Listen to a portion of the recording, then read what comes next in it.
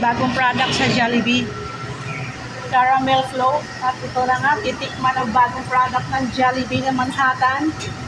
Ito guys. Hey, tikman na, higup-higupin. Suksupin natin yan guys. Ito nga pala, pinagmalaki namin ang caramel float ng Manhattan Jollibee. Sugod na.